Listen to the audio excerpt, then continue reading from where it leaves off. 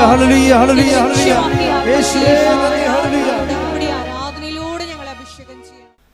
നിങ്ങളെ എൻകറേജ് ചെയ്തിരിക്കുന്നത്, നിങ്ങൾ വിഷമിക്കുകയൊന്നും ചെയ്യരുത്. ഞാൻ ഇടയ്ക്ക് കുരിശൊക്കെ പറയുമ്പോൾ നിങ്ങൾ വിഷമിക്കരുത്. ഇതൊക്കെ സിമ്പിളായിട്ട് അനോയിൻറ്റിങ് കിട്ടിക്കഴിഞ്ഞാൽ എൻ്റെ ഭാരം ലഘുവാകുമെന്ന് ഈശോ പറഞ്ഞിട്ടുണ്ട്. എന്താ പറഞ്ഞത്? എൻ്റെ ഭാരം ലഘുവാകും. അത് പ്രോമിസിങ്ങിലുള്ളതാണ്, വാഗ്ദാനത്തിലുള്ളതാണ്. അതുകൊണ്ട് നിങ്ങളുടെ കുരിശിനെ ഓർത്തോളം വിഷമിക്കൊന്നും വേണ്ട. ഞാനും കുറേ കുരിശ് കണ്ടതും ഇപ്പോൾ എടുക്കുന്നതുമാണ്. അപ്പോൾ ഇതിൻ്റെ ഭാഗമായിട്ട് മുന്നോട്ട് പോകും. അപ്പോൾ അതനുസരിച്ച് നമ്മൾ എംപവർ ചെയ്തുകൊണ്ടിരിക്കും. നമ്മൾ ചിന്തിക്കേണ്ട ഒരു വിഷയം എന്ന് പറയണത്, ഇപ്പോൾ തന്നെ ഇതിൻ്റെ എൻകറേജ് ചെയ്യുന്ന ഇതിൻ്റെ പകുതി ഇപ്പോൾ പത്രോസ് തന്നെ ഈശോ എന്താ പറഞ്ഞത്? നീ എൻട്രൻസ് പാസ്സായി, ഐ നോ ഇറ്റ്. പക്ഷേ ഇത് നോട്ട് ബൈ മെറിറ്റിലാണ് വന്നിരിക്കുന്നത്, ബട്ട് ബൈ ഗ്രേസാണ്.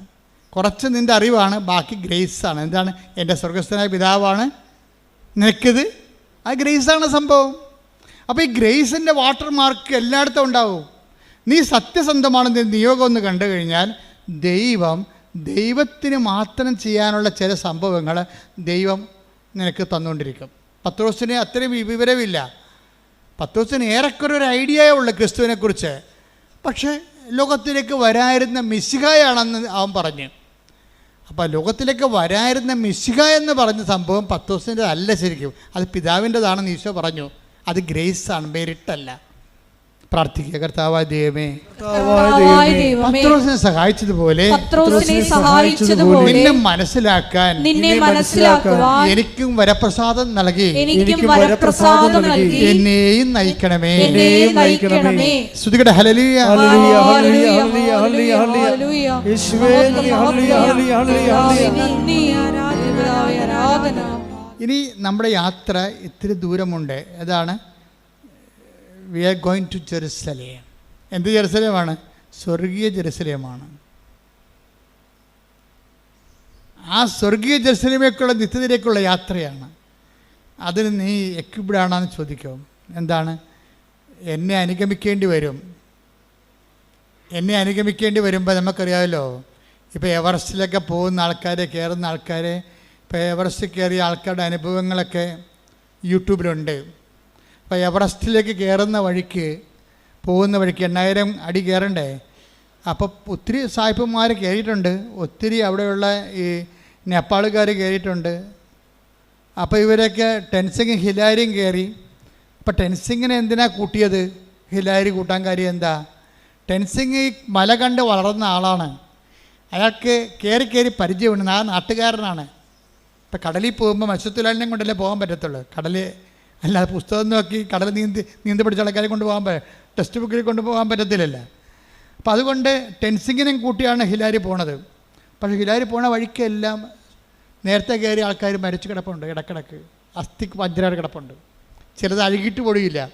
എവറസ്റ്റിൻ്റെ കൊടുമുടിയിലേക്കുള്ള യാത്രയിൽ അഴുകാത്ത ശരീരങ്ങൾ ഹിമാലയത്തിൻ്റെ സ്റ്റെപ്പുകളിൽ കിടപ്പുണ്ട്. എന്താ കാര്യം? നല്ല തണുപ്പാണ്.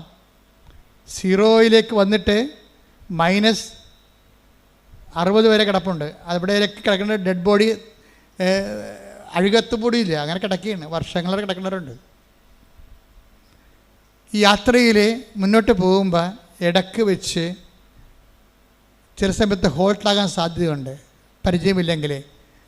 അപ്പോൾ സായിപ്പന്മാരാണെങ്കിൽ പോലും ഓക്സിജനൊക്കെ കൊണ്ടല്ലേ, ഒരു ടൈം കഴിഞ്ഞാൽ പിന്നെ ഓക്സിജൻ വേണം.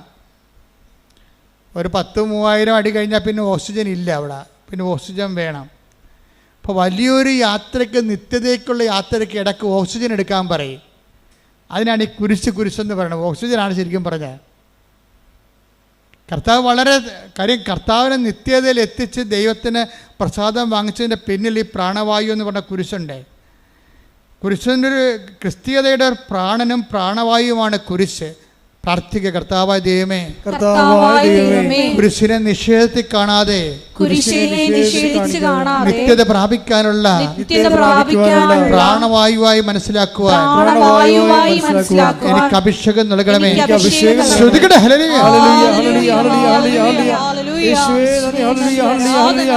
അപ്പോൾ ഉയരങ്ങളിലേക്കും ദൈവത്തെങ്കിലേക്കുള്ള യാത്രയിൽ കുരിശിനെ പ്രാണവായുവായും അതുകൊണ്ട് തന്നെ ഒരു പ്രണയ മനോഭാവത്തോടു കൂടി എടുക്കണം. അതുകൊണ്ട് ഈശോ പറയണത്, എന്നെ അനുഗമിക്കാൻ ആഗ്രഹിക്കുന്നവൻ സ്വയം പരിത്യജിക്കണം. പിന്നെന്ത് ചെയ്യണം? സ്വയത്തെ നിൻ്റെ സ്വന്തമായി വെച്ചനുഭവിച്ച് സന്തോഷിച്ച് ഈ ഭൂമിയിൽ മരിച്ച് മണ്ണടിഞ്ഞു പോകേണ്ട ആ കണ്ടൻറ്റുകളെ തൽക്കാലം മാറ്റി വെക്കണം. പിന്നെ എന്ത് ചെയ്യണം? സ്വയം പരിത്യജിക്കണം. പിന്നെ കുരിശെടുക്കണം, എൻ്റെ കൂടെ വരണം. അപ്പോൾ ഇതിനകത്ത് ഉടമ്പടിയിലുണ്ടാകുന്ന ലൈറ്റ് വെയിറ്റ്, ഉടമ്പടി ലൈറ്റ് വെയ്റ്റിംഗ് ആക്കണത് എന്താണ്? പെട്ടെന്ന് എയർ ലിഫ്റ്റിംഗ് ആക്കണത് കുരിശിൻ്റെ കണ്ടൻ്റാണ്. കാര്യം കുരിശിൻ്റെ കണ്ടൻറ്റ് നിത്യതയുടെ കണ്ടൻ്റാണ്. അപ്പോൾ നീ എന്ത് ചെയ്യണം? നീ നിയോഗം വെക്കുമ്പോൾ എന്ത് ചെയ്യണം? ആ നിയോഗം എല്ലാം സ്വയം ആകരുത്. എൻ്റെ വീട്, എൻ്റെ വിവാഹം, എൻ്റെ മക്കൾ, അത് എല്ലാം 6 കാര്യം ഉണ്ടെങ്കിൽ 7 കാര്യം എഴുതി വെക്കും. എന്താണ്? അവിടെ പോയിട്ട് പശുവിൻ്റെ പ്രസവം വരെ എഴുതി വെക്കും. പിന്നെ എങ്ങനെയാണ് സംഭവം മുഴുവൻ പോകണം? പാല് കുടിച്ച് നിങ്ങൾ ആ കൊച്ചു മരിച്ചപ്പോൾ നിങ്ങൾ മരിക്കും. എല്ലാം 6-7 കാര്യം സ്വന്തം കാര്യം എഴുതി വെക്കും. ഇതിന് ജഡസന്തതിയുടെ പരിപാടിയാണിത്. അതുകൊണ്ടാണ് ഇതൊക്കെ ഒന്ന് പഠിക്കണം. ഇത് പഠിക്കണം. ജഡസന്തതിയെപ്പോലെ ആകരുത്. പഠിച്ചിട്ട് അതിൻ്റെ അകത്ത് മറ്റുള്ളവരെ നീ ഈ നിയോഗം നിൻ്റെ വീട്ടിൽ നിനക്കൊരു വീട് തന്നാൽ, ആ വീട് തന്നാൽ നീ ആദ്യം ആ വീട് തന്നാൽ അതുകൊണ്ട് നിനക്ക് നിൻ്റെ മക്കൾക്കും അല്ലാതെ വേറെ ആർക്കെങ്കിലും പ്രയോജനമുണ്ടോ? ചില ആൾക്കാർ വീട് കൊടുക്കുമ്പോൾ തന്നെ എന്നാ ചെയ്യുമെന്നറിയാവോ? ചില ആൾക്കാർ ഒരു വീട് നിയോഗം വെച്ച് ഉടനെ നിങ്ങൾക്ക് ഒന്നുമില്ല, പാവപ്പെട്ടവരാണെങ്കിൽ ലൈഫ് മിഷൻ്റെ വീട് കിട്ടിയെന്ന് വിചാരിച്ചോ? ആ ലൈഫ് മിഷൻ്റെ വീട് കിട്ടിക്കഴിഞ്ഞാൽ പിന്നെ അതിൻ്റെ അകത്ത് കുരിശുണ്ട്. പിന്നെ ഇവർ കുരിശുണ്ടാക്കും, സ്വന്തമായിട്ട് കുരിശുണ്ടാക്കും. എങ്ങനെ കുരിശുണ്ടാക്കണത്? നിങ്ങൾ ചേട്ടായി ആണല്ലോ, തീർച്ചയായിട്ടും 3 സെൻറ്റ് അവകാശമുണ്ട് 10 സെൻറ്റിൽ. 10 സെൻറ്റ് ഉള്ളതെന്ന് വിചാരിച്ചോ? നിങ്ങൾ എന്നാ ചെയ്യും? അപ്പനോട് സൂത്തത് ഒപ്പിടിച്ചിട്ട് ആ 10 സെൻറ്റ് നടുക്ക് കൊണ്ടുവന്ന് നിങ്ങൾ ലൈഫ് മിഷൻ്റെ വീട് വെക്കും. അനിയൻ ഗൾഫിലാണ്, അവൻ പാവപ്പെട്ട ഇവിടെ ഇല്ലല്ലോ. അപ്പം സ്മോൾ അടിക്കുന്ന വേണമെങ്കിൽ അപ്പൻ 2 ലോൺ കിട്ടിയ സന്തോഷത്തിൽ അപ്പൻ 2 വീശിച്ചിട്ട് അപ്പനെ കൊണ്ട് ഒപ്പിടിച്ച് സാധനം സംഭവിക്കും. എന്താണ് സംഭവം? അതോടുകൂടി പിന്നെ അനിയൻ നാട് കടത്തും. സ്വന്തം ചേട്ടൻ തന്നെ അനിയനെ പെറ്റ മണ്ണിൽ നിന്ന് മാതാപിതാക്കളിൽ നിന്നും അവരെ നാട് കടത്തും. ഇത് ദൈവത്തിനറിയാം, നിൻ്റെ മനോഭാവം ദൈവത്തിന് അറിയാം. നീ പുതിയ കുരിശുണ്ടാക്കും. അതാണ് സംഭവം. സ്വയം എന്ന് പറഞ്ഞ സംഭവം അതാണ്. ആ ലൈഫ് മിഷൻ വീട്ടിലെ സ്വയം എന്തെന്ന് പറഞ്ഞാൽ എന്താണ്? സ്വയം എന്താണ്? അത് നിൻ്റെ ചേട്ടന്, നിൻ്റെ അനുജന്, അവിടെ കൂടപ്പറപ്പിനെ അവിടെ കടത്തിപ്പറപ്പിക്കാത്ത രീതിയിൽ, വേറെ ഒരു വീട് അവിടെ വെക്കാൻ പറ്റാത്ത രീതിയിൽ നീ അവിടെ താമസിപ്പിക്കും. എന്നിട്ട് എന്ത് ചെയ്യും? പെങ്ങന്മാരെ നീ അധികം കൈകാര്യം ചെയ്യും. കെട്ടിച്ചു പോയ പെങ്ങന്മാർ വീട്ടിൽ വരുമല്ല അമ്മയെ കാണാൻ. അയ്യോ, നീ മോന്തം കയറ്റി അവിടെ വരും. നീ നല്ല കാര്യം, നിൻ്റെ വീടല്ലേ, നിൻ്റെ വീട് നീ അപ്പനെടുക്കുന്ന എഴുതി വാങ്ങിച്ച വീടല്ലേ. പിന്നെ അന്ന് അപ്പൻ ഒപ്പിട്ട് തന്നാൽ പിന്നെ നിൻ്റെ പരിപാടി എന്താണ്? നിൻ്റെ പ്രാർത്ഥന എന്താണ്? അപ്പൻ എത്രയും വേഗം ചാകണമെന്നാണ് പ്രാർത്ഥന. എന്താ കാര്യം? അപ്പൻ ഒപ്പിട്ട് തന്നില്ലേ, അനിയൻ വരുമ്പോൾ അപ്പൻ്റെ കടുത്തേക്ക് കയറുമല്ല, അപ്പൻ ചാകണം. എങ്ങനെയുണ്ട് പരിപാടി? അപ്പം നീ ആ വീടും ആ സ്ഥലവും അടിച്ചു മാറ്റുകയും പെങ്ങന്മാരെ അനുജനം പുറത്താക്കുകയും ചെയ്യും. നിൻ്റെ നിയോഗത്തിൽ ഓടരുത് അമ്മാവ്, ആളറിയാവുന്ന ആദ്യമേ തന്നെ ഇത് സ്കാൻ ചെയ്യുമ്പോൾ തന്നെ പറയും ഇതിന് വിസ കിട്ടത്തില്ലെന്ന് പറയും. എന്താ കാര്യം? നിൻ്റെ മനസ്സിരിപ്പ് എന്താണെന്ന് ദൈവത്തിന് അറിയാം. അപ്പം നിയോഗങ്ങളുള്ള സ്വയം, അതാണ് ഈശോ പറയണത്. എന്നെ അനുഗമിക്കാൻ ആഗ്രഹിക്കുന്നെങ്കിൽ സ്വയം പരിത്യജിക്കണം. പ്രാർത്ഥിക്കുക. കർത്താവായ ദൈവമേ, മറ്റുള്ളവർക്ക് കുരിശ് കൊടുത്തുകൊണ്ട് എൻ്റെ സ്വയത്തെ പരിത്യജിക്കാനുള്ള പ്രത്യേക പ്രവണതകളെ എന്നിൽ നിന്ന് നിന്റെ വിശുദ്ധ രക്തത്താൽ നീ കഴുകി മാറ്റണമേ. ശ്രദ്ധിക്കട്ടെ.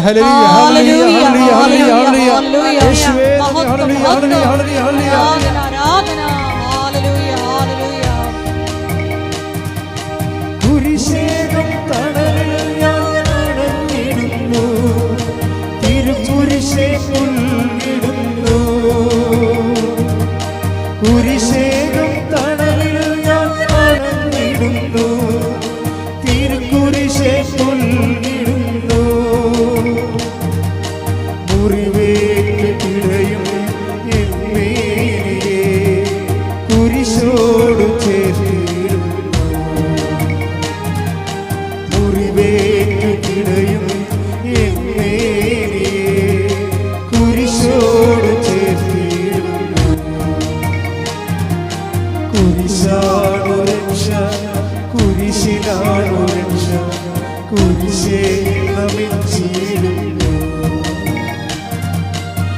കുരിശാണു രക്ഷ, കുരിശിനാണു രക്ഷ, കുരിശേ നമിച്ചിടുന്നു. പരിശുദ്ധ പരമദിവ്യകാരുണ്യത്തിന് എന്നേരവും ആരാധനയും സ്തുതിയും പുകഴ്ചയും ഉണ്ടായിരിക്കട്ടെ. മക്കളെ, നിങ്ങളുടെ ശ്രദ്ധ പോകരുത്. ഞാൻ പറഞ്ഞുകൊണ്ടിരിക്കുന്നത് ഈ നിയോഗങ്ങളെ എങ്ങനെ ലൈറ്റ് വെയിറ്റ് ആക്കാം, എങ്ങനെ ഭാരം കുറഞ്ഞതാക്കാം. അതിൻ്റെ അകത്തുള്ള സ്വയം കണ്ടൻറ്റുകളെ നിങ്ങൾ വാറ്റിക്കളഞ്ഞാൽ മതി. സ്വയം കണ്ടൻറ്റുകൾ. എന്നിട്ട് എന്ത് ചെയ്യണം? കുരിശ് ആഡ് ചെയ്യണം. എന്ന് വെച്ചാൽ എൻ്റെ അർത്ഥം എന്താണ്? കുരിശ് ആഡ് ചെയ്യണം എന്ന് പറഞ്ഞാൽ എന്താണ്? നിങ്ങൾ രക്ഷപ്പെട്ടാൽ മറ്റുള്ളവരെയും രക്ഷപ്പെടുത്തും. അതാണ് കുരിശ് ആഡ് ചെയ്യണത്. മനസ്സിലായില്ലേ? നിങ്ങളുടെ നിയോഗങ്ങളിൽ ഗ്യാരണ്ടി, മറ്റുള്ളവരുടെ രക്ഷ. ഈ ദിവസങ്ങളിലെ റിനു റോജിൻ എന്ന് പറഞ്ഞൊരു ദമ്പതികൾ സാക്ഷ്യം പറഞ്ഞു. റിനു റോജിൻ, അത് ഒരു 1.5 സാക്ഷ്യമാണ്. കുറേ ഘട്ടങ്ങളുണ്ട്, 13 ഘട്ടങ്ങളാകാൻ പറ്റിയ സാക്ഷ്യത്തിനുണ്ട്. ഞാൻ എല്ലാം ഒന്നും പറയാൻ ഉദ്ദേശിക്കണില്ല. എൻ്റെ ഒരു ഉദ്ദേശം, റിനു റോജിൻ ദമ്പതികളാണവർ. പെട്ടെന്ന് ഈ ഭർത്താവിന് ഒരു പനി വരും. 6 ഡിഗ്രി, അതായത് 106 ഡിഗ്രി. അതിൻ്റെ കാരണം ഒരു പ്രത്യേകതരം ബാക്ടീരിയ ഈ മനുഷ്യൻ്റെ ശരീരത്തിൽ കയറും. എവിടുന്നാണ് കയറിയെന്നൊക്കെ അവൾ പറയുന്നുണ്ട്. അത് അംബികസ്, അത് ശരിയാണോ ഇല്ലെന്ന് നമുക്ക് ടെസ്റ്റിഫൈഡ് അല്ലാത്തതുകൊണ്ട് ഞാൻ പറയണില്ല. പക്ഷെ പനി വിട്ട് മാറുന്നില്ല. പനി കയറി പോയി അവസാനം ഡോക്ടർ ഇവളോട് പറയുവേ, ഐസിയുലേക്ക് മാറ്റിക്കഴിഞ്ഞിട്ട് പറയും, ഐസിയുന്ന് എത്ര കാലം കഴിയുമ്പോൾ എടുക്കാൻ പറ്റുന്ന അറിയത്തില്ല, ഈ ബാക്ടീരിയ കയറി കാരണം. എന്നാ ബാക്ടീരിയ ആണത്? Staphylo ficus, caucus. Staphylo caucus എന്ന് പറഞ്ഞൊരു ബാക്ടീരിയയാണ്. അത് കയറിയിട്ട് തന്നെ ബ്രെയിനിൽ കയറും, പിന്നെ കിഡ്നിയിലും കരളിലും ഒക്കെ കയറും. ഇൻറ്റേർണൽ ഓർഗൻസ് എല്ലാം ഡാമേജ് ആകും. ഭയങ്കര സീരിയസ് ആയി, അയാളെ മരിക്കുന്നൊരു കണ്ടീഷനായി. അപ്പോൾ ഇവൾ പറയണ കുറേ വാക്കുകളുണ്ട്. സാക്ഷ്യം നിങ്ങൾ കേൾക്കണ്ട. റിനുവിൻ്റെ സാക്ഷ്യം ഒരു ക്വാളിറ്റി ആയിട്ടുള്ള സാക്ഷ്യമാണ്. Plain miracle by miracle. ഒത്തിരി മിറക്കിൾസ് ഉണ്ടെങ്കിലും മിറക്കിൾ അല്ല അതിൻ്റെ അകത്തുള്ള സംഭവം. മിറക്കിളിനേക്കാൾ ഉപരി അതിൻ്റെ അകത്തൊരു സ്പൈനൽ കോഡ് പോകുന്നുണ്ട്. ദൈവാനുഭവത്തിൻ്റെയും ദൈവത്തിൻ്റെ കണ്ടെത്തലിൻ്റെയും ഒരു സ്പൈനൽ കോഡ് പോകുന്നുണ്ട്. അപ്പോൾ ഇവൻ്റെ ഡെലീറിയം സിറ്റുവേഷൻ ദൈവം മരിച്ചു പോകുന്നുള്ള ചിന്ത വരുമ്പോൾ ഉടനെ ഇവൾ പറയണത്, എനിക്കൊരു അഭയവുമില്ല. ആകപ്പാടെ എനിക്കുള്ളത് എന്താണ്? എൻ്റെ ഉടമ്പടിയാണെന്ന്. ഓ, എന്നെ വർത്താന, വല്ലാത്ത വർത്താന. ആ ഒരു സിറ്റുവേഷനിലേ എനിക്ക് ആകപ്പാടെയുള്ള അഭയം. ഇതിന് മരുന്നില്ല, ഒരു ഓപ്പറേഷൻ വേണം, ഏതെല്ലാം ഓർഗൻസ് ഓപ്പറേറ്റ് ചെയ്യണമെന്നൊരു പിടിയില്ല. സർജൻ എപ്പോഴും എന്നെ കാണുമ്പോൾ പറയും, കാശ് റെഡിയാക്കിക്കോ. സർജനെ കാണുമ്പോഴൊക്കെ പേടിയാണ്. ആ മനുഷ്യൻ പിടിക്കുന്ന 2 കാര്യം പറയാനാണ്. എന്താണ്? ഓപ്പറേഷൻ കാശ് റെഡിയാക്കിക്കോ, പിന്നെ മാനസികമായിട്ട് ഒരുങ്ങിക്കൊള്ളാൻ. ചിലപ്പോൾ ചത്തുപോകുന്നതായി പറയണത്. ഇവർക്ക് അത്രേ പറയാൻ പറ്റത്തുള്ളൂ. എത്ര വലിയ സർജനായെന്ന് പറഞ്ഞാൽ, എത്ര എക്സ്പീരിയൻസ്ഡ് ആയാലും ഒരു വിഷയം നമുക്കുണ്ടായാൽ അവർക്ക് 2 കാര്യങ്ങളെ പറയാൻ പറ്റത്തുള്ളൂ. എന്താണ്? ഒന്ന്, മാനസികമായിട്ട് ഭർത്താവിനും മരണത്തിനായി നിങ്ങൾ ഒരുങ്ങിക്കൊള്ളുക. രണ്ടാമത്തെ എന്താണ്? കാശ് റെഡിയായിക്കൊള്ളുക. പോരെ? അപ്പോൾ അവൾ പറയണതേ അതാണ് എന്നോട് പറഞ്ഞത്. പക്ഷേ എനിക്ക് ഫീൽ ചെയ്തത് എന്താണെന്നറിയാവോ? ഞാൻ കല്യാണ നിശ്ചയത്തിൻ്റെ ദിവസം ഞാൻ കർത്താവിനോട് ചോദിച്ചു, കർത്താവേ, ഞാൻ കെട്ടാൻ പോകുന്ന പയ്യൻ നീയാണ് സെലക്ട് ചെയ്തത്, അതാ ചുമ്മാ എനിക്ക് തോന്നിയതാണെന്ന് ചോദിച്ചു. നീ അല്ല സെലക്ട് ചെയ്തെങ്കിൽ ഇപ്പം പറയണം, ഞാൻ ഇപ്പോൾ ഉപേക്ഷിക്കാൻ തയ്യാറാണ്, കല്യാണം വേണ്ട. എന്നിട്ട് ഇവിടെ അവിടെ കല്യാണ നിശ്ചയത്തിൻ്റെ തലേ ദിവസം വിശ്വാസപ്രമാണം ചൊല്ലും. ഒരു റിലേഷൻ കണ്ട. അതാണ് ഈ ക്രൈസ്റ്റ് എന്ന് പറയുന്ന യാഥാർത്ഥ്യങ്ങളോടുള്ള ഇൻറ്റിമസി എന്ന് പറയണത്. ചില ആൾക്കാർ കാണിക്കുന്നത് നമുക്ക് ഞെട്ടിപ്പിക്കുന്നതാണ്. അവർ കല്യാണ നിശ്ചയത്തിൻ്റെ തലേ ദിവസം പറയണേ, കർത്താവേ, ഈ കെട്ടാൻ പോണ പയ്യൻ നിൻ്റെ സെലക്ഷനാണോ, അതോ മാനുഷികമായിട്ടുണ്ടായ സംഭവമാണോ ഇത്? ഇനി ആണോ അല്ലേന്ന് നീ പറഞ്ഞാൽ, നീ എന്ത് പറഞ്ഞാലും ഞാൻ അതിൻ്റെ കൂടെ നിൽക്കുമെന്ന് പറഞ്ഞു. അപ്പോൾ അവിടെ ആരുമില്ല, അവളുടെ ദൈവവും മാത്രമേ ഉള്ളൂ. അപ്പോൾ കർത്താവ് വചനം എടുത്തപ്പോൾ അവളോട് സംസാരിച്ചു. Take the word of God. ശ്രുതികട ഹല്ലേലൂയ. ജെറമിയ 29:11. കർത്താവ് അരുളി ചെയ്യുന്നു, കർത്താവ് അരുളി ചെയ്യുന്നു, കർത്താവ് അരുളി ചെയ്യുന്നു, നിങ്ങളെക്കുറിച്ചുള്ള പദ്ധതി എന്റെ മനസ്സിലുണ്ട്, എന്റെ മനസ്സിലുണ്ട്. നിങ്ങളുടെ നാശത്തിനല്ല, നിങ്ങളുടെ നാശത്തിനല്ല, ക്ഷേമത്തിനുള്ള പദ്ധതിയാണത്, ക്ഷേമത്തിനുള്ള പദ്ധതിയാണത്. നിങ്ങൾക്ക് ശുഭമായ ഭാവിയും പ്രത്യാശയും നൽകുന്ന പദ്ധതി. ഇപ്പൊ ദൈവത്തിന് നമ്മുടെ സത്യസന്ധത പിടികിട്ടിക്കഴിഞ്ഞാൽ പിന്നെ ദൈവം കമ്മ്യൂണിക്കബിൾ ആവും. നിങ്ങളൊക്കെ ഈ വചനമൊക്കെ ഇടയ്ക്കിടയ്ക്ക് തുറന്നു നോക്കണതാണേ. എന്നിട്ട് തുറന്നു നോക്കിച്ചു അതങ്ങനെയാണ്, അതങ്ങനെയല്ല, അതിങ്ങനെ ഇരിക്കുമെന്ന്. നിങ്ങളുടെ ഇഷ്ടത്തിനനുസരിച്ച് വചനം, നിങ്ങളുടെ സുഖത്തിനനുസരിച്ച് താല്പര്യത്തിനനുസരിച്ച് നിങ്ങൾ വചനം വളച്ചൊടിക്കും. അത് കർത്താവിനറിയാം. ചുമ്മാ ദൈവത്തെ പറ്റിക്കാൻ വേണ്ടി വചനം നോക്കണമെന്നറിയാം. വചനം നോക്കുന്നവരെ ഒന്നൊന്നര ജപമാലയൊക്കെ ചൊല്ലി അവിടെ കുത്തിയിരുന്ന് നേരത്തെ ഒന്ന് പോയി കുമ്പസാരിച്ച് വിശുദ്ധീകരിച്ച് ദൈവത്തിന് തോന്നണം നിങ്ങൾ ദൈവത്തിൻ്റെ മനസ്സ് അറിയാൻ വേണ്ടിയാണ് എടുക്കണമെന്ന്. തന്നെയല്ല, മുൻകാല വചനം നോക്കുന്നവരോട് ഷാർപ്പാകണമെങ്കിൽ മുൻകാല അനുഭവങ്ങൾ വേണം ദൈവത്തിന്. മുൻകാല അനുഭവങ്ങൾ എന്ന് പറഞ്ഞാൽ എന്താണെന്നറിയാമോ? അതായത് വചനത്തിലൂടെയോ സ്വപ്നത്തിലൂടെയോ ദൈവത്തിന് കമ്മ്യൂണിക്കേറ്റ് ചെയ്യണമെങ്കിൽ ഒരു പഞ്ഞവുമില്ല. ദൈവം ആരോടും കമ്മ്യൂണിക്കേറ്റ് ചെയ്യാൻ പ്രത്യേകിച്ച് വിദ്യാഭ്യാസം വേണ്ട.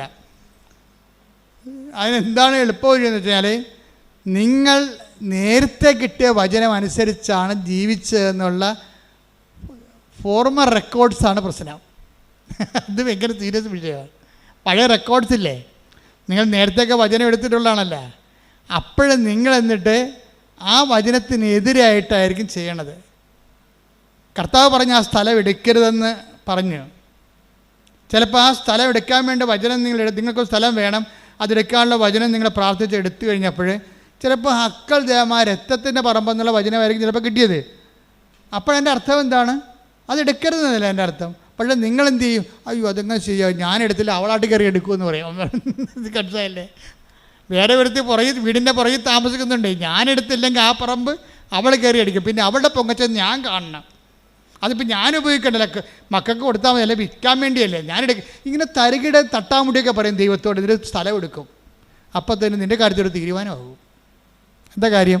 നീ ഒരു വചനം പറഞ്ഞാലും നിൻ്റെ താല്പര്യം അനുസരിച്ചുകൊണ്ട് നിൻ്റെ ലാഭം നോക്കിയും നീ അത് വളച്ചൊടിച്ചിട്ട് ദൈവത്തിൻ്റെ വചനത്തെ നിരാകരിക്കൂ. അങ്ങനെ ഒരിക്കൽ നിരാകരിച്ചാൽ പിന്നെ വചനത്തോട് സംസാരിക്കത്തില്ല. വചനത്തെ സംസാരിക്കേണ്ട ഒരു കുഴപ്പമില്ല. ഞങ്ങളൊക്കെ തന്നെ ഈ വചനം തുറന്നു നോക്കി തന്നെയും വചനം എടുപ്പിച്ചും തന്നെ ജീവിക്കണത് എത്രയോ വർഷങ്ങളായി. Sharp ഷൂട്ടാണ്, correct. 2+2 4 പറയത്തുള്ളൂ, അല്ലാതെ 4.1 ഒന്നും പറയത്തില്ല. ദൈവം ഇൻട്രാക്ട് ചെയ്യണമല്ല, എൻ്റെ മീഡിയം അതാണ്. എല്ലാ സമയത്തുമൊക്കെ നമ്മളുടെ കൂടെ ഇങ്ങനെ നിഴല് പോലെ ഇങ്ങനെ ദൈവം സഞ്ചരിക്കും. ഉടമ്പടി പോലെ ഇങ്ങനെ സഞ്ചരിക്കാൻ പറ്റിയ ഒരു സംഭവമില്ല. കാര്യം മറ്റേത് പ്രാർത്ഥന നോക്കിയാലും ഉടമ്പടി 10 പേരെടുത്താൽ അവർ സത്യസന്ധരാണെങ്കിൽ 10 പേരുടെ കൂടെയും ദൈവം സഞ്ചരിക്കും. സ്വപ്നത്തിനെങ്കിൽ സ്വപ്നം, ദർശനമെങ്കിൽ ദർശനം. ഇപ്പോൾ കഴിഞ്ഞ ദിവസം ഒരു മോൾ സാക്ഷ്യം പറഞ്ഞു, ദൈവമേ നീ എന്നെ കൈവിട്ടാ, ഞാൻ പാപ്പരായല്ല എന്ന് ഞാൻ ചിന്തിച്ച് വിഷമിക്കണ ആ സമയത്ത് തന്നെ കൃപാസനത്തിൽ മാതാവിൻ്റെ മുമ്പിൽ 16 നൂറുകണക്കിന് മെഴുകുതിരി കത്തിക്കണ മാതാവിൻ്റെ ഫണ്ട് വശത്ത് ഞാൻ നിൽക്കുമ്പോൾ എനിക്കടിക്കണ ഒരു മെഴുകുതിരിയുടെ ഉരുകിയ മണമുണ്ട്. അതെന്നെ പാസ് ചെയ്ത് പോയെന്ന്. അപ്പോൾ എനിക്ക് മനസ്സിലായി, അമ്മ കൈവിട്ടിട്ടില്ല, അമ്മ എൻ്റെ കൂടെയുണ്ടെന്ന്. അതായത് ഇപ്പം ഞാൻ തന്നെ, അതായത് ഞാൻ കഴിഞ്ഞ ദിവസങ്ങളിൽ എനിക്കൊരു അമേരിക്കൻ ധ്യാനം വന്നു. അപ്പോൾ ഞാൻ കൽക്കട്ടയിൽ പോയി വിസ ഇൻ്റർവ്യൂ നിൽക്കുകയാണ്. അപ്പോൾ എൻ്റെ 160 ഫോം കാണാനില്ല പോയി. അപ്പോൾ ഞാനവിടെ അത് പോയാൽ പിന്നെ ഇൻ്റർവ്യൂ നടക്കത്തില്ല. ഞാനവിടെ നിന്ന് കൂളായിട്ട് ജവമാല ചൊല്ലിക്കൊണ്ട് നിൽക്കുകയാണ്. അപ്പോൾ അവരയാൾ പറഞ്ഞ് കയറാൻ പറ്റത്തില്ല, നിങ്ങളുടെ ബയോമെട്രിയുടെ പേപ്പർ കാണാനില്ലെന്ന് പറഞ്ഞു. അപ്പോൾ ഞാൻ അവിടെ കൂടാതെ നിൽക്കുകയാണ്. ഞാൻ കൂടെ നിൽക്കുകയാണ്. സാർ എൻ്റെ ഉണ്ടായിരുന്നതാണ്, 25 കിലോമീറ്റർ അകലെയാണ് എൻ്റെ ഹോട്ടൽ, വേണമെങ്കിൽ ഇപ്പോൾ എടുത്തുകൊണ്ട് വരാം, പക്ഷേ ഇവിടെ എൻ്റെ രേഖകൾ കാണുമല്ലോ, സാർ ഒന്ന് സഹായിക്കണമെന്നൊക്കെ പറഞ്ഞുകൊണ്ട് ഞാൻ നിൽക്കണം. അങ്ങനെ നിൽക്കുമ്പോൾ ഞാനോടത്ത് ഈശോ ഇതിൻ്റെ അകത്ത് വല്ല കേസും ഉണ്ടോ എന്ന് ചോദിച്ചു.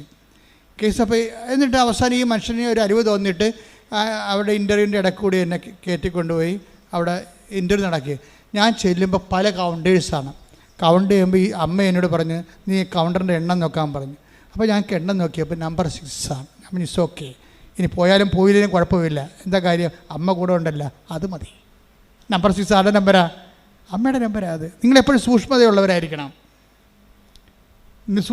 എല്ലാ സമയത്തും ഈ പ്രസൻസ് എന്ന് പറഞ്ഞ ഉടമ്പടിയുടെ ഒരു ഇട്ടിവെട്ട് സംഭവമാണ്. അത് ഈ ഉടമ്പടി എന്ന് പറയുമ്പോൾ മറ്റേത് ഇത് ഗ്യാരണ്ടീഡ് അല്ലേ?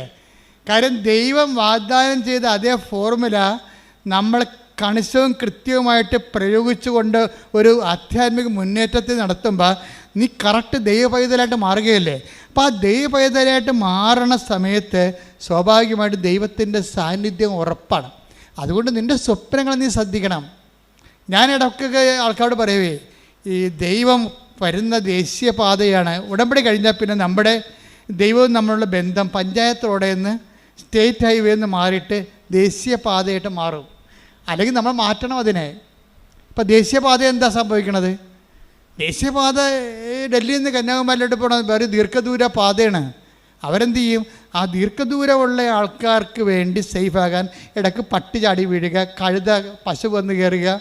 വടക്കേട്ടിലൊക്കെ ചെല്ലുമ്പോൾ പശുവാണ് നേരെ റോഡിൽ കൂടെ നടക്കണം മുഴുവനും. ഞാൻ തന്നെ അത്ഭുതപ്പെട്ടു പോയി. ഓട്ടോറിക്ഷയും ആൾക്കാരും സൈക്കിൾ റിക്ഷയും ഇതിൻ്റെയൊക്കെ കാറും പശുവും എല്ലാം കൂടി നടക്കണുണ്ട്. കഴിഞ്ഞ ദിവസങ്ങളൊക്കെ ഉത്തർപ്രദേശിലും ബീഹാറിലൊക്കെ ഞാൻ പോയി. അപ്പോൾ അവിടെ എല്ലാം ഇത് തന്നെ അവസ്ഥ. അപ്പോൾ അവിടെ അതായത് ഇതുപോലെയുള്ള അവസ്ഥകൾ മാറ്റിയിട്ട് ഇത് എല്ലാവരും കയറി നിരങ്ങണ ഒരു റോഡല്ല ദൂരയാത്രയ്ക്ക് ഉപയോഗിക്കണത്. അത് 2 സ്ഥലത്തും മതിൽ കെട്ടിയിട്ട് ദൂരയാത്രക്കാരെ മാത്രം സേഫ് ചെയ്യാൻ, ലോക്കലായിട്ടുള്ള ചെറിയ ദൂരത്തിൽ പോകുന്നവർക്കെല്ലാം സർവീസ് റോഡ് കൊടുത്തിരിക്കുകയാണ് ഗവൺമെൻറ്. നിങ്ങൾ ഉടമ്പടി എടുക്കുമ്പോൾ ഉടമ്പടി ഒരു ദീർഘദൂര യാത്രയാണ്. അതുകൊണ്ട് ആവശ്യമില്ലാത്തതൊക്കെ ഒഴിവാക്കിയേക്കണം. പട്ടി പശു കഴുത ആവശ്യമില്ലാത്തൊക്കെ പോയി നിരങ്ങരുത്. എല്ലാത്തിനകത്ത് പോയി വാർത്തലൊക്കെ പിടിക്കരുത്. അതിന് ഇപ്പോൾ കൃപാസനത്തിൽ എനിക്കൊരു പോളിസിയുണ്ട്. കാര്യം ഞാൻ ഇമ്പോർട്ടൻസ് കൊടുക്കണമെന്നുണ്ടെങ്കിൽ ഇവിടുത്തെ സാക്ഷ്യം കുറഞ്ഞാൽ മാത്രമേ ഞാൻ ഇമ്പോർട്ടൻസ് കൊടുക്കത്തുള്ളൂ. അല്ലെങ്കിൽ ഉടമ്പടിയിലുള്ള അനുഭവങ്ങൾ കുറയുന്നുണ്ടെങ്കിൽ മാത്രമേ ഞാൻ ഇമ്പോർട്ടൻസ് കൊടുത്തുള്ളൂ. ബാക്കിയുള്ള കാര്യങ്ങൾക്ക് ഒരു കറക്ഷൻ കൊടുക്കും, അത്രേ ഉള്ളൂ. ആ ചാപ്റ്റർ അടിച്ച് ക്ലോസ് ചെയ്യും. ഒന്നെങ്കിൽ അയാളെ ഞാൻ ക്ലോസ് ചെയ്യും, അല്ലെങ്കിൽ അയാളുടെ ഈ കൃപാസനത്തിലുള്ള ഓരോ കൗണ്ടറിലൊക്കെ ഓരോ ആൾക്കാർ ഇരിപ്പില്ലേ, ആ കൗണ്ടറിലുള്ള അവരുടെ ജോലി ഞാൻ ക്ലോസ് ചെയ്യും. അല്ലെന്നുണ്ടെങ്കിൽ അവരുമായിട്ട് മുന്നോട്ട് പോകത്തില്ല. എന്താ കാര്യം? അതൊക്കെ ലോക്കൽ പരിപാടികളാണ്. നമുക്ക് ആ ലക്ഷ്യങ്ങളില്ല. നമ്മുടെ ലക്ഷ്യം നമ്മൾ ദേശീയ പാതയിലൂടെ സഞ്ചരിക്കുന്നതാണ്. അപ്പോൾ നിത്യതയ്ക്കുള്ള യാത്രയിൽ നമ്മളെപ്പോഴും പ്രയോറിറ്റി കൊടുക്കണം. ഇപ്പോൾ ആ നാത്തിനുമായിട്ട് ഇടിവെച്ച്, അമ്മായിയമ്മയുമായിട്ട് ഇടിവെച്ച്, മരുമകളുമായിട്ട് ഇടിവെച്ച്, പിന്നെ ഓരോ കാര്യത്തിന് കയറി നിങ്ങൾ കെട്ടുപിണഞ്ഞ് അങ്ങനെ ഒന്നും ചെയ്യാൻ പാടില്ല. അത് മതിൽ കെട്ടി തിരിച്ചിട്ട് കഴുതയും പശുവൊക്കെ പോകാൻ വേണ്ടി സർവീസ് റോഡ് വെച്ചേക്കണം. അത് നിങ്ങൾ നിത്യതയിലേക്ക് പോണ വഴിയാണ്. നിത്യതയിലേക്കുള്ള വഴിയിൽ നല്ല ആവശ്യമില്ലാത്ത ട്രാഫിക് ഉണ്ടാക്കരുത്. You got the point. Pedia ആവശ്യമില്ലാത്ത വണ്ടി പോയി തലയിടരുതെന്നാണ് ഈ പറഞ്ഞതിന് വെച്ചാൽ. ഓരോരുത്തരെ കുറിച്ചൊക്കെ ഇങ്ങനെ പറഞ്ഞുകൊണ്ടിരിക്കും. പക്ഷേ ദി ഹാവ് നോ ഐഡിയ. നിങ്ങൾ മൂളി കേൾക്കും, ചിലപ്പോൾ അവരോട് ചിലപ്പോൾ യെസ് ഓർ നോ പറയും, അത്രേ ഉള്ളൂ. പക്ഷേ നിങ്ങൾ പേഴ്സണലായിട്ടും അതിനകത്ത് ഇൻവോൾവ് ചെയ്യരുത്. കാര്യം എന്താ? നിങ്ങൾ ഉടമ്പടിയിലാണ് പ്രാർത്ഥിക്കുക. കർത്താവായ ദൈവമേ, അങ്ങയുമായി ഉടമ്പടിയിലായിട്ടുള്ള നിത്യതയുടെ ദേശീയപാതയിൽ സഞ്ചരിക്കുന്ന എന്നെ ആ പാതയിലൂടെ നിത്യത വരെ സഞ്ചരിക്കുന്നതിന് പിൻപിടുത്തം ചെയ്യുന്ന എല്ലാ വിഷയങ്ങളുടെ മേലും എനിക്ക് വിടുതൽ നൽകണമേ. ശ്രദ്ധിക്കട്ടെ.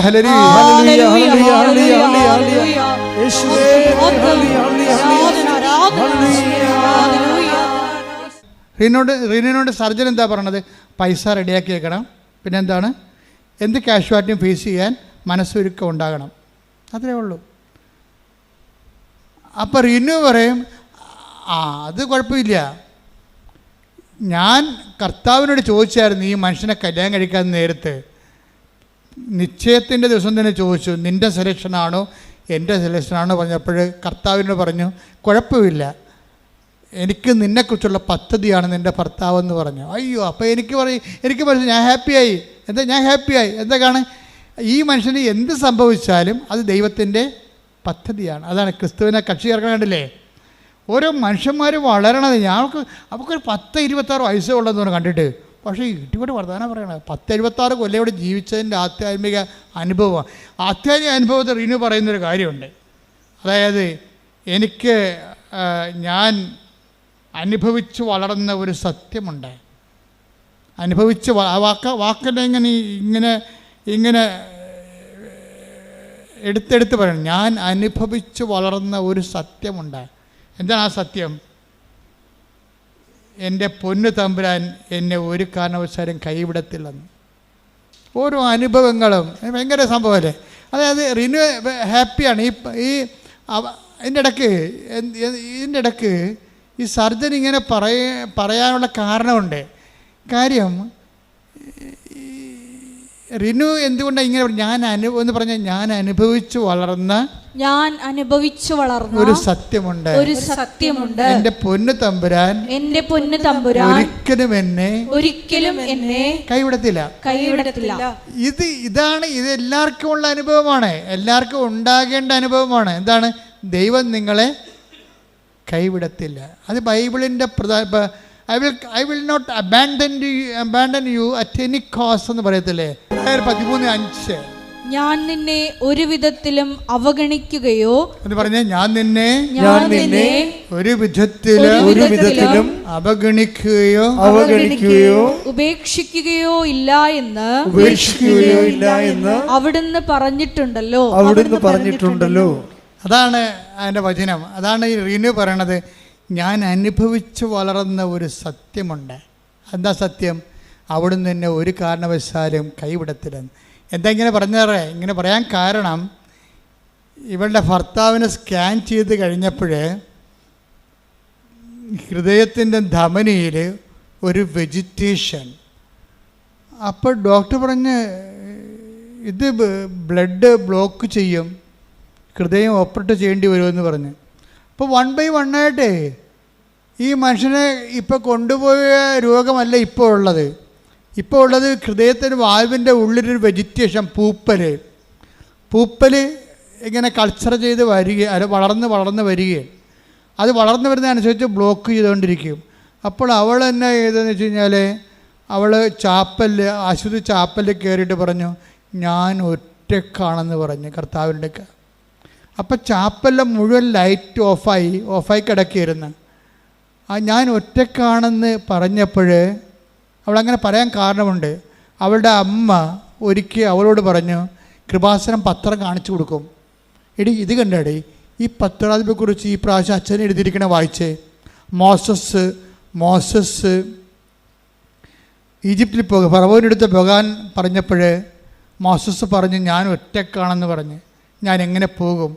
അപ്പോൾ പറഞ്ഞു, ഞാൻ നിൻ്റെ കൂടെ വരുമെന്ന്. അപ്പോൾ എന്നിട്ട് ഞാനത് വ്യാഖ്യാനിച്ച് പറഞ്ഞു, നമ്മൾ ഒറ്റക്കാണെങ്കിൽ ഉറപ്പായിട്ടും കർത്താവ് കൂടെ ഉണ്ടാകുമെന്ന്. അവളിപ്പോൾ ഭർത്താവിൻ്റെ ഹൃദയനാളിക്ക് പൂപ്പലടിച്ചപ്പോൾ സർജൻ ഹൃദയം ഓപ്പറേഷൻ ചെയ്യണം, അത് കാഷ്വാലിറ്റി ഉണ്ടാക്കുമെന്ന് പറഞ്ഞപ്പോൾ അവൾ പറഞ്ഞു, ഞാൻ ഒറ്റക്കാണെന്ന്. അപ്പോൾ ആ ഇരുട്ടത് ചാപ്പലിൽ മങ്ങിയ വെളിച്ചത്തിൽ ഞാൻ എൻ്റെ യേശുവിനെ കണ്ടെന്ന്. ശ്രുതിക്കട്ടെ, ഹല്ലേലൂയ.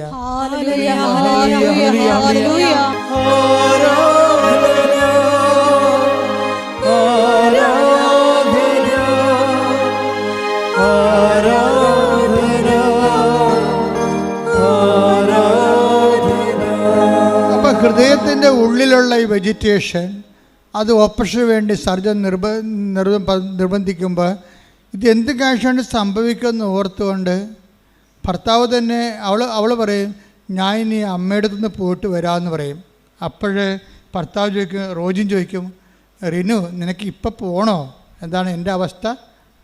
മോശമാണ്, ചിലപ്പോൾ നീ വരുമ്പോൾ ഞാൻ ഉണ്ടായില്ലെന്ന് വരും. ആ ചോദ്യം കേൾക്കുന്നത് നമ്മളെ കണ്ടാലേ അത് മനസ്സിലാകത്തുള്ളൂ. ഇവിടെ പറയും, ഞാൻ ഇനിയിപ്പോൾ ഒരു തീരുമാനത്തിൻ്റെ സമയമായില്ലേ, ഇനി ഞാൻ അമ്മയെടുത്ത് പോയിട്ട് വരാമെന്ന് പറയും. അമ്മയെടുത്ത് വരാൻ പോകുമ്പോൾ ഭർത്താവ് തേങ്ങും, റീനു നിനക്ക് ഇപ്പം പോകണോ എന്ന് ചോദിക്കും. അപ്പോൾ റീനു പറഞ്ഞ ഉത്തരവുണ്ട്, റോജിൻ ഞാൻ എപ്പോഴെങ്കിലും പോയപ്പോൾ നിങ്ങൾക്ക് ഗുണമല്ലാതെ ദോഷം വന്നിട്ടുണ്ടോയെന്ന് ചോദിക്കും. അപ്പോൾ എന്നാൽ നീ പോകാൻ പറയും. ഇവൾ പോയിട്ട് തിരിച്ചു ചെല്ലുമ്പോൾ ഈ വെജിറ്റേഷൻ കാണാനില്ലെന്ന് ഡോക്ടർ പറയും. ഹല്ലേലൂയ, ഹല്ലേലൂയ, ഹല്ലേലൂയ. അതാണ് റിന്യൂ പറയണത്. ഞാൻ അനുഭവിച്ച് വളർന്ന ഒരു സത്യമുണ്ട്. എന്താണ്? ഞാൻ അനുഭവിച്ച് വളർന്ന ഒരു സത്യമുണ്ട്. എന്താണ്? എൻ്റെ ദൈവം ഒരിക്കലും എന്നെ ഉപേക്ഷിക്കത്തില്ല. ഇത് നമ്മളെല്ലാവരും അനുഭവിച്ച് വളരേണ്ട സത്യമാണ്. ഈ ഉടമ്പടി നിന്നോട് പറയണ എന്താ? ഉടമ്പടി ആക്കിയതിൻ്റെ കാര്യം എന്താണ്? ബയലാറ്ററൽ എഗ്രിമെൻറ്റിലൂടെ നിൻ്റെ കർത്താവിൻ്റെ കരങ്ങളെ നിന്നെ പിടിപ്പിക്കാൻ വേണ്ടി തന്നെയാണ്. നിങ്ങൾ ഒരുമിച്ചല്ലേ ഇനി യാത്ര വരണ ദൈവമായിട്ട്.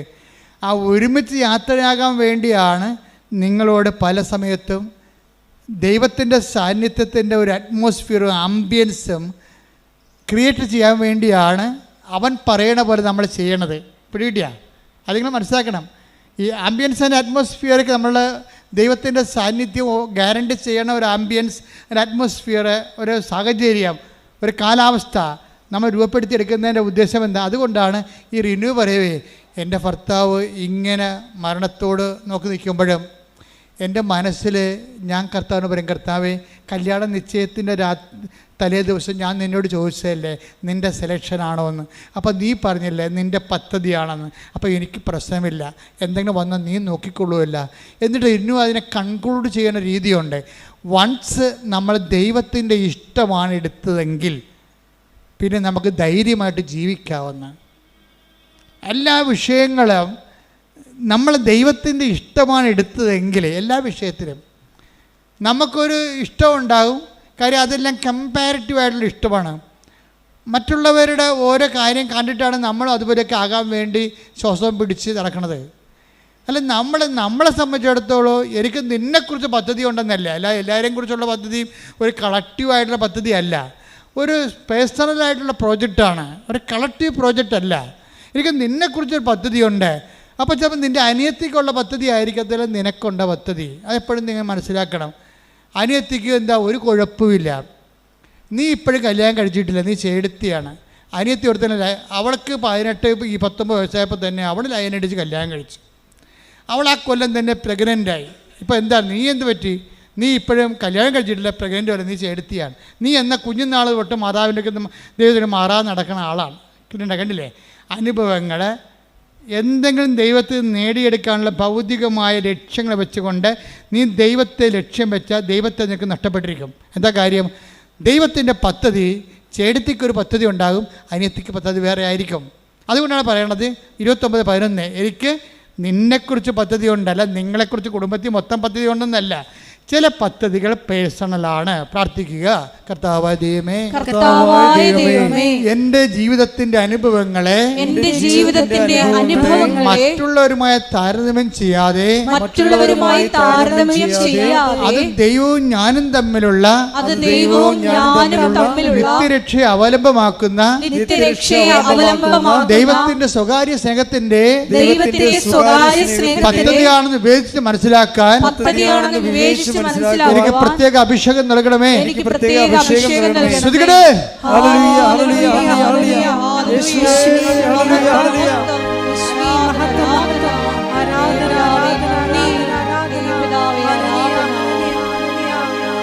അനുഭവത്തിൻ്റെ യാത്രയിൽ നമ്മളൊരു ഇതുപോലുള്ളൊരു ജംഗ്ഷനിൽ വന്നു കഴിഞ്ഞാൽ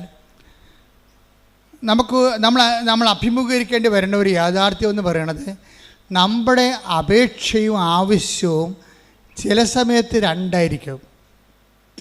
അനുഭവത്തിൻ്റെ യാത്രയിൽ നമ്മളൊരു ജംഗ്ഷനിൽ വന്നു കഴിഞ്ഞാൽ, ജംഗ്ഷൻ എന്ന് വെച്ചാൽ അങ്ങോട്ട് പോകണം ഇങ്ങോട്ട് പോകണം എന്നറിയാൻ പല തിരഞ്ഞെടുപ്പിൻ്റെ മുഖത്തേക്ക് വന്നു കഴിഞ്ഞാൽ നമ്മൾ ശ്രദ്ധിക്കേണ്ട ഒരു കാര്യം, ചില വിഷയങ്ങൾക്ക് ചിലപ്പോൾ നമ്മളുടെ അപേക്ഷ വേറെ ആവശ്യം വേറെ ആയിരിക്കും. നമ്മുടെ ആവശ്യം എന്താണെന്ന് ദൈവത്തിന് കൃത്യമായിട്ട് അറിയാം. ഇപ്പം തന്നെ ഞാനൊരു ഉദാഹരണം പറയട്ടെ നിങ്ങളോട്. നമ്മുടെ ഈ പത്രോസില്ലേ, പത്രോസ് സുമന്ദ്ര ദേവാലയത്തിലോട്ട് പോകുന്ന ഒരു സംഭവം ബൈബിൾ പറയുന്നുണ്ട്. അപ്പോൾ ഒരു മുടന്തൻ അവിടെ കുത്തിയിരിപ്പുണ്ട് അല്ലേ? ആ മുടന്തൻ എന്താ ചെയ്യണത്? മുടന്തൻ പത്രോസിനെ കാണുമ്പോൾ കൈ നീട്ടും. എന്തിനാണ് കൈ നീട്ടണത്? അയാളിൽ നിന്ന് വല്ലതും കിട്ടുമെന്ന് ഓർത്തിട്ടാണ് കൈ നീട്ടണം. മുടന്തൻ്റെ ആവശ്യം എന്താ? മുടന്തൻ്റെ അപേക്ഷ എന്താ? വല്ലതും ഒരു തുട്ട് കിട്ടുക അല്ലേ, 10-12 രൂപ കിട്ടുക എന്നുള്ളതാണ് പുള്ളിയുടെ ആവശ്യം. പക്ഷേ പത്രോസ് വിവേചിക്കണേ എന്താണ്? ആവശ്യമല്ല, പിന്നെന്താണ്? അല്ല, അപേക്ഷ അല്ല, പിന്നെന്താണ്? ആവശ്യമാണ്. അവൻ്റെ ആവശ്യം എന്താണ്? ഇവൻ്റെ ആവശ്യം മുടന്ത് മാറ്റുകയാണ്. ഇത് തന്നെ ഈ നിയോഗം വെക്കുമ്പോൾ ശ്രദ്ധിക്കേണ്ട കാര്യമാണ്. ആ 3:5 എടുത്തേ, നടപടി പുസ്തകം. നടപടി 3:5.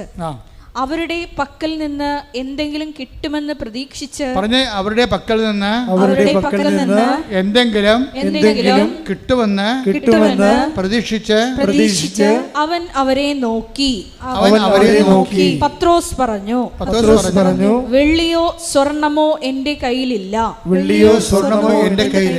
എനിക്കുള്ളത് ഞാൻ നിനക്ക് തരുന്നു. നസ്രായനായ യേശുക്രിസ്തുവിന്റെ നാമത്തിൽ എഴുന്നേറ്റ് നടക്കുക. ഇതാണ് ദൈവത്തിൻ്റെ ആവശ്യം. എന്താണ്? അവൻ എഴുന്നേൽപ്പിച്ച് നടത്തിയിട്ട് കാര്യം അവിടെ ഉണ്ട്. അവൻ എഴുന്നേറ്റ് നടന്നപ്പോൾ എന്താ സംഭവിച്ചത്? ഇവന് വല്ലത് 2 വെള്ളിത്തുട്ട് കൊടുത്തെങ്കിൽ ഒരു മനുഷ്യൻ അറിയത്തില്ല, അവനും 10 ദിവസം അറിയത്തുള്ളൂ. അവൻ എഴുന്നേൽപ്പിച്ച് നടത്തി കഴിഞ്ഞപ്പോൾ എന്താ സംഭവിച്ചത്? നാട്ടുകാരെല്ലാം പറഞ്ഞു, എടാ ഇവനല്ലേ ആ സുന്ദര കവാടത്തിൽ ഇരുന്നുകൊണ്ട് തെണ്ടിക്കൊണ്ടിരുന്ന ആള്, ഇവൻ്റെ കാലിപ്പോൾ സുഖപ്പെട്ടല്ലേ. ആരാണ് സുഖപ്പെട്ടിയത്? അത് യേശു. കണ്ടാ, സുവിശേഷം പോണ കണ്ടില്ലേ, സുവിശേഷം പ്രചരിക്കണ കണ്ടില്ലേ. ഇതാണ് ഇതിൻ്റെ അകത്ത് ഗുഡ്നസ് എന്ന് പറയണത്. നമ്മുടെ അപേക്ഷ മാത്രമാണെങ്കിൽ അതിനെ അഡ്രസ്സ് ചെയ്യാൻ ദൈവം അത്രയ്ക്ക് ഇൻട്രസ്റ്റ് അല്ല. അത് നിങ്ങൾ പഠിക്കണം. ദൈവത്തിൻ്റെ ഉദ്ദേശം എന്താണ്? യേശു ക്രിസ്തുവിനെ ചർച്ചാ വിഷയമാക്കണം. മനസ്സിലായില്ലേ? ഇപ്പോൾ പിടികിട്ടില്ല ഞങ്ങൾ. അതാണ് അവർ പറഞ്ഞത്. അവൻ അപേക്ഷിച്ചു. അപ്പോൾ പത്രോസ് അവൻ്റെ അപേക്ഷ സ്വീകരിച്ചില്ല. മറിച്ച് എന്താണ്? അവൻ്റെ ആവശ്യം മനസ്സിലാക്കിയിട്ട് പറഞ്ഞു, പൊന്നും വെള്ളിയും ഒന്നും എൻ്റെ ഇല്ല. നീ ചോദിച്ചത് പൊന്നെന്ന് പറയുന്നത് റോമൻ നാണയമാണ്, വെള്ളി എന്ന് പറയുന്നത് ഇസ്രായേലിൻ്റെ നാണയമാണ്. അപ്പോൾ റോമാക്കാരൻ്റെ നാണയം എൻ്റെ കയ്യിലില്ല, ഇസ്രായേൽക്കാരൻ്റെ നാണയം എൻ്റെ കയ്യിലില്ല, എൻ്റെ മനസ്സിലെ കാലിയാണ്. പക്ഷേ എനിക്ക് വേറെ ഒരു സ്വത്തുണ്ട്. അതെന്താണ്? The name of Jesus Christ, നസ്രായന, യേശുവിൻ്റെ നാമം. ഇത് ഞാൻ പഠിച്ചത് വെറുതെ പഠിച്ചതല്ല.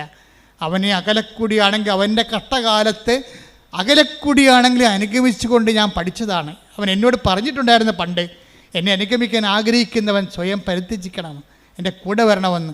അങ്ങനെ പല പരിത്യാഗങ്ങളിലൂടെ ഞാൻ അവൻ്റെ കൂടെ പോയി പഠിച്ചെടുത്തതാണ്. ഇപ്പം അവനാണ് എൻ്റെ ഉള്ളിൽ, അതാണ് എൻ്റെ സ്വത്ത്. റോമാക്കാരൻ്റെ പൊന്നു നാണയമല്ല, ഇസ്രായേൽ ഗവൺമെൻറ്റിൻ്റെ വെള്ളി നാണയമല്ല. എനിക്കുള്ളത് ഞാൻ നിനക്ക് തരുന്നു. Stand up in the name of Jesus Christ. കർത്താവിൻ്റെ നാമത്തിൽ നീ എഴുന്നേറ്റ് നടക്കാൻ പറഞ്ഞപ്പോൾ അവൻ ചാടി എഴുന്നേറ്റ്. അവരെ കണ്ടവരെല്ലാം പറഞ്ഞു, ഇവനല്ലേ അവിടെ സുന്ദര കവാടത്തിൽ എത്ര വർഷമായി അവിടെ കുത്തിയിരുന്ന് തെണ്ടിയത്. ഇപ്പോൾ എനിക്ക് സുഖം പ്രാപിച്ചു. അവനെ കർത്താവ് സുഖപ്പെടുത്തി.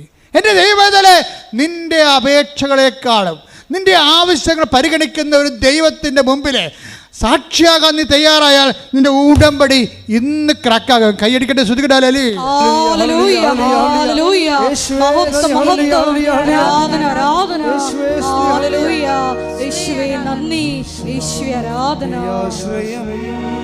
ക്രിസ്തു ഉടന്തനായ മനുഷ്യൻ്റെ സൗഖ്യത്തിലൂടെ ക്രിസ്തുവിനെ എല്ലാവരും അറിയാവുന്ന രീതിയിലാണ് ദൈവം എല്ലാം ക്രമീകരിക്കുന്നത്. അല്ല, നിൻ്റെ സ്വകാര്യമായൊരു വിഷയം സ്വകാര്യമായി പരിഗണിക്കുകയല്ല. നിൻ്റെ അപേക്ഷയേക്കാൾ ഉപരി നിൻ്റെ ആവശ്യത്തിനാണ് ദൈവം പ്രാധാന്യം കൊടുക്കുന്നത്. അതുകൊണ്ടാണ് 6:33 പറയുന്നത്, നിൻ്റെ ആവശ്യം എന്തെന്ന് സ്വർഗസ്ഥനായ പിതാവ് അറിയുന്നു. നീ ആദ്യം ദൈവരാജ്യവും അതിൻ്റെ നീതിയും അന്വേഷിക്കുക. ബാക്കിയുള്ളതെല്ലാം, നിൻ്റെ ആവശ്യങ്ങളെല്ലാം, നിൻ്റെ അപേക്ഷകളെല്ലാം ദൈവം ചേർത്ത് നൽകുന്നതാണ്. കർത്താവ് നിൻ്റെ ഉന്നതമായ നാമത്തിന് സ്തോത്രം ചെയ്യുന്നു.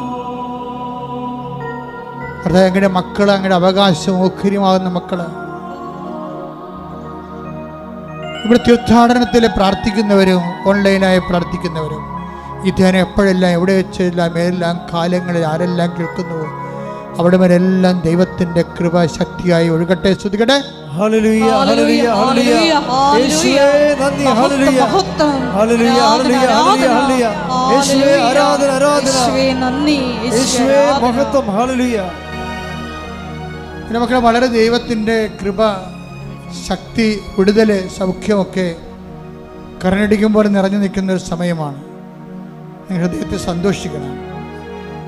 വിഷാംശം ശരീരത്തിൽ പ്രവേശിച്ചവരെ കർത്താവിൻ്റെ വിശുദ്ധമായ രക്തം കലർത്തിക്കൊണ്ട് അവരുടെ കെടു രക്തത്തിൽ നിന്ന് അവരെ വിശുദ്ധീകരിച്ചുകൊണ്ട് ത്വക്ക് രോഗങ്ങളിൽ നിന്ന് മറ്റൊരു രോഗങ്ങളിൽ നിന്ന് മാംസത്തിൻ്റെ ചൊറിഞ്ഞ പൊട്ടകളിൽ നിന്ന് സുഖപ്പെടുന്ന സന്ദേശമുണ്ട്.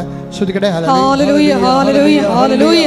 യേശുവേ, രോഗസൗഖ്യ സന്ദേശം നന്ദി പറയുന്നു. ഞങ്ങളുടെ ഇടയിലുള്ള അവിടുത്തെ സാന്നിധ്യത്തെ നന്ദി പറഞ്ഞു സ്തുതിക്കുന്നു. ഹല്ലേലൂയ. കർത്താവേ, നിന്റെ വിശുദ്ധ പൗരോഹിത്യത്തെ മഹത്വപ്പെടുത്തണമേ. കർത്താവേ, സഭയിലുള്ള സാന്നിധ്യം പ്രകടമാക്കണമേ. ഈശോ മുടന്തനെ പോലെ ക്രിസ്തുവാണ് എന്നെ സുഖപ്പെടുത്തിയതെന്ന് നാട് മുഴുവൻ പറഞ്ഞു നടക്കുമ്പോൾ, അവനെ നേരത്തെ അറിയാമായിരുന്നവനെ അവന് സംഭവിച്ച മാറ്റങ്ങൾ തിരിച്ചറിയുമ്പോൾ ജനങ്ങളും രാജ്യങ്ങളും ക്രിസ്തുവിലേക്ക് തിരിച്ചു വരാൻ വേണ്ടി ദൈവമേ ഞങ്ങളെ സുവിശേഷത്തിന്റെ ഉപകരണങ്ങളാക്കണമെന്ന് പ്രാർത്ഥിച്ചുകൊണ്ട് ശ്രദ്ധിക്കട്ടെ. Hallelujah hallelujah. മഹത്വം മഹത്വം. ആരാധന ആരാധന. ദൈവപിതാവേ നന്ദി. ദൈവപിതാവേ ആരാധന. ഹല്ലേലൂയ. കർത്താവേ, മുതുക് രോഗികളെ ഇപ്പം അങ്ങ് കാണിച്ചു തരുന്നുണ്ട്. പിൻകഴുത്തിന് താഴെ നീര് കെട്ടിക്കിടക്കുന്നവരെയും നീരിറങ്ങിപ്പോകാതിരിക്കുന്നവരെയും അതുകൊണ്ട് ശരീരം ചൂടായിരിക്കുന്നവരെയും അവർക്കുറങ്ങാൻ പറ്റാത്തവരെയും ഈശോ നിന്റെ തിരുമുറുപാർന്ന് വലതുകരത്തെ സ്പർശിക്കണമേ.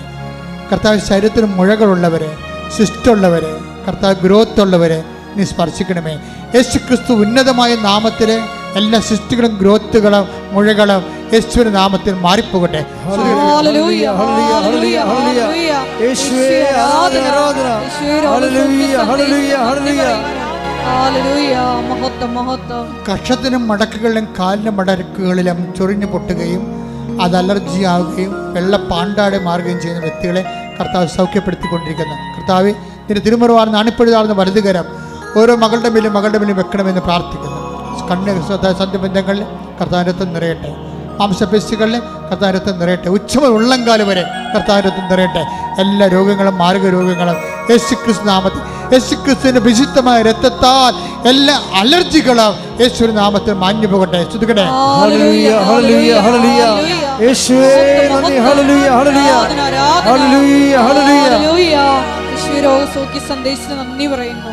കർത്താവ് 1 Corinthians 1:4 പ്രാർത്ഥിക്കുന്നു. Help those who are all kind of troubles. എല്ലാ തരത്തിലുള്ള ക്ലേശം അനുഭവിക്കുന്നവരെ സഹായിക്കുവാൻ കർത്താവേ. കർത്താവ്, ഓരോ തരത്തിലും ക്ലേശം അനുഭവിക്കുന്നവരെ കർത്താവേ അങ്ങ് അവർക്കെല്ലാം വേണ്ടി പ്രാർത്ഥിക്കുന്ന കർത്താവേ. അമ്മയെ പരിശുദ്ധമ്മ കൃപാസനത്താറെ ജീവനോടെ പ്രത്യക്ഷപ്പെടുക. പ്രത്യക്ഷത്തിന് സ്ഥിരീകരണത്തിനായി ആയിരക്കണക്കിന് ആരാധന നടത്തി ആരാധന സന്നിധാനത്തിൽ നിന്ന് യേശുക്രിസ്തു നാമത്തെ കൽപ്പിക്കുന്ന മാരകരോഗങ്ങൾ, തീരാവേദികൾ, ജീവിത ദുരിതങ്ങൾ യേശു നാമത്തിൽ മാറിപ്പോകട്ടെ. ഹല്ലേലൂയ ഹല്ലേലൂയ ഹല്ലേലൂയ. യേശുവേ നന്ദി. ഹല്ലേലൂയ ഹല്ലേലൂയ ഹല്ലേലൂയ ഹല്ലേലൂയ.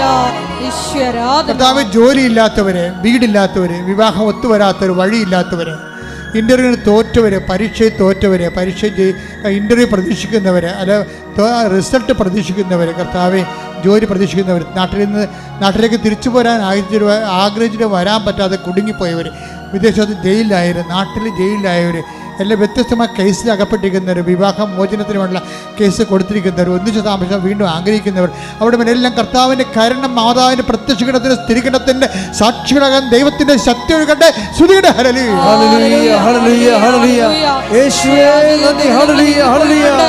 കർത്താവേ, നിന്റെ വിശുദ്ധ പൗരോഹിത്യത്തെ മഹത്വപ്പെടുത്തണമേ.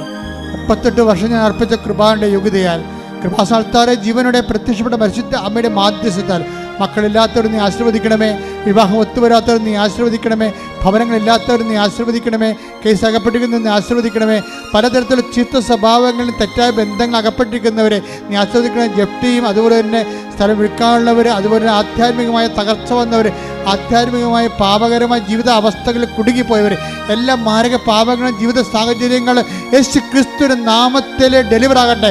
ശ്രുതിയുടെ ഹല്ലേലൂയ ഹല്ലേലൂയ ഹല്ലേലൂയ ഹല്ലേലൂയ ഹല്ലേലൂയ. യേശുവേ നന്ദി. ഹല്ലേലൂയ ഹല്ലേലൂയ ഹല്ലേലൂയ ഹല്ലേലൂയ ഹല്ലേലൂയ. നാദാവരേണമേ എന്നിൽ നിറയണമേ. നാദാവരേണമേ സൗഖ്യം നൽകണമേ. നാഥാവരണമേ. നാദാവരേണമേ എന്നിൽ നിറയണമേ. നാദാവരേണമേ സൗഖ്യം നൽകണമേ. സന്തോഷത്തോടെ മുട്ട നിൽക്കുക, കരയൊന്നും വേണ്ട. അമ്മ മാതാവ് ജീവനോടെ പ്രത്യക്ഷപ്പെട്ടിട്ട് ദുരന്തമുണ്ടാകുമ്പോൾ പ്രാർത്ഥിക്കണമെന്ന് ആവശ്യപ്പെട്ടുകൊണ്ട് ആ പ്രാർത്ഥനയുടെ ഫലമായി പ്രാർത്ഥനയുടെ ഭാഗമായി ഉടമ്പടി നൽകിയിട്ടുണ്ടെങ്കിൽ നമ്മളെ കരയാതിരിക്കാൻ വേണ്ടി തന്നെയാണ്.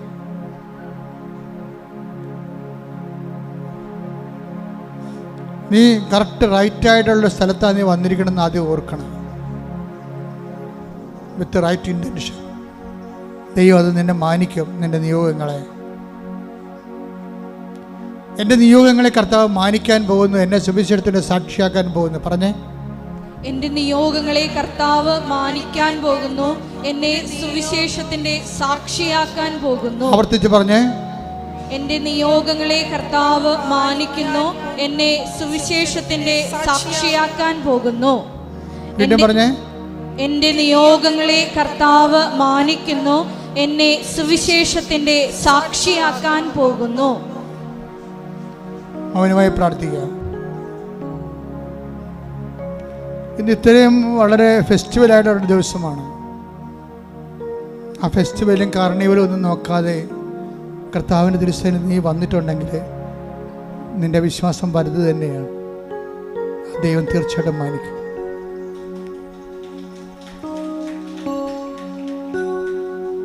കർത്താവിനെ തന്നെ നോക്കുക. കർത്താവ്, അങ്ങയുടെ അവകാശവും അങ്ങയുടെ ഓഹരിയുമാകുന്ന മക്കള് മുടന്തം പത്തോത്തിനെ സൂക്ഷിച്ച് നോക്കിയ പോലെ അങ്ങയെ സൂക്ഷിച്ച് നോക്കുകയാണ്. അങ്ങയുടെ നാമത്താൽ അവരെ മഹത്വപ്പെടുത്തുന്ന പ്രാർത്ഥിക്കുന്നു. അവർ നിനക്ക് സാക്ഷികളായ സന്തോഷത്തോടെ ഈ സാക്ഷി കൂടാരത്തിൽ വന്നുകൊണ്ട് നിന്നെ മഹത്വപ്പെടുത്താൻ, ലോകത്തോട് വിളിച്ചു പറയുവാനും, നിനക്ക് വേണ്ടി ജീവിക്കുവാനും, അവരുടെ സങ്കടങ്ങളെ, കണ്ണുനീരിൻ്റെ രോഗങ്ങളെ യേശുക്രിസ്തു നാമത്തിൽ നിമിഷം നീങ്ങിപ്പോകട്ടെ. ശ്രുതികട ഹല്ലേലൂയ, ഹല്ലേലൂയ, ഹല്ലേലൂയ, ഹല്ലേലൂയ, ഹല്ലേലൂയ, ഹല്ലേലൂയ, ഹല്ലേലൂയ. യേശുവേ നന്ദി. ഹല്ലേലൂയ, ഹല്ലേലൂയ. ആരാധന. ഹല്ലേലൂയ. നാഥാവരേ എന്നിൽ നിറയണമേ, നാഥാവരേ സൗഖ്യം നൽകണമേ. മൗന പ്രാർത്ഥനയുടെ സമയമാണ്. അച്ഛൻ വിട്ടുപോയ വിഷയങ്ങൾ എൻ്റെ മക്കൾ ഓർത്ത് പ്രാർത്ഥിക്കുക.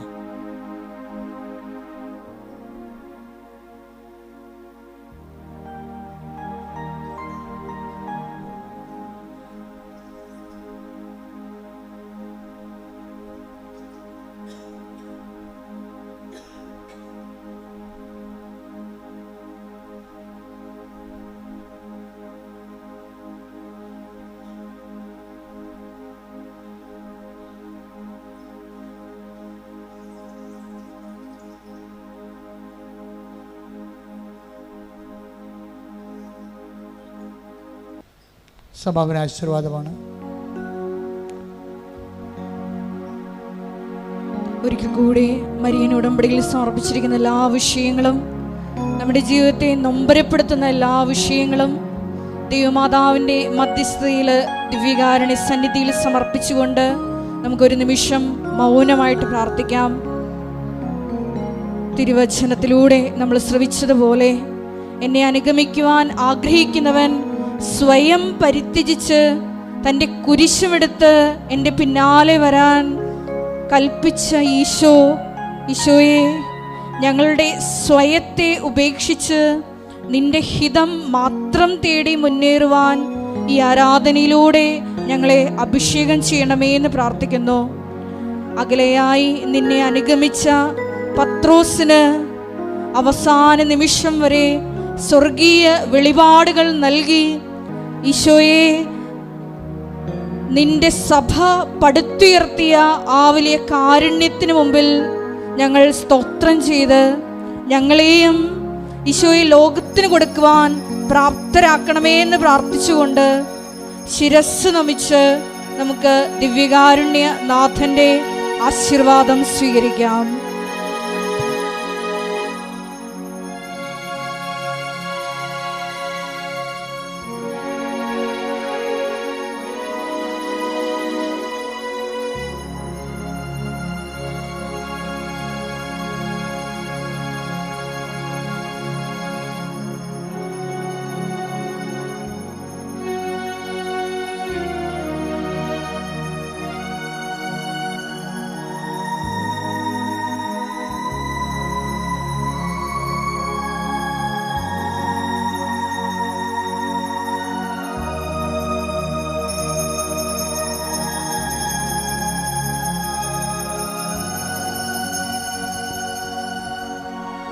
പരിശുദ്ധ പരമമാ ദിവ്യകാരുണ്യമേ, എന്നുമെന്നും അങ്ങേക്ക് ആരാധന. പരിശുദ്ധ പരമമാ ദിവ്യകാരുണ്യമേ, എന്നുമെന്നും അങ്ങേക്ക് ആരാധന. പരിശുദ്ധ പരമമാ ദിവ്യകാരുണ്യമേ,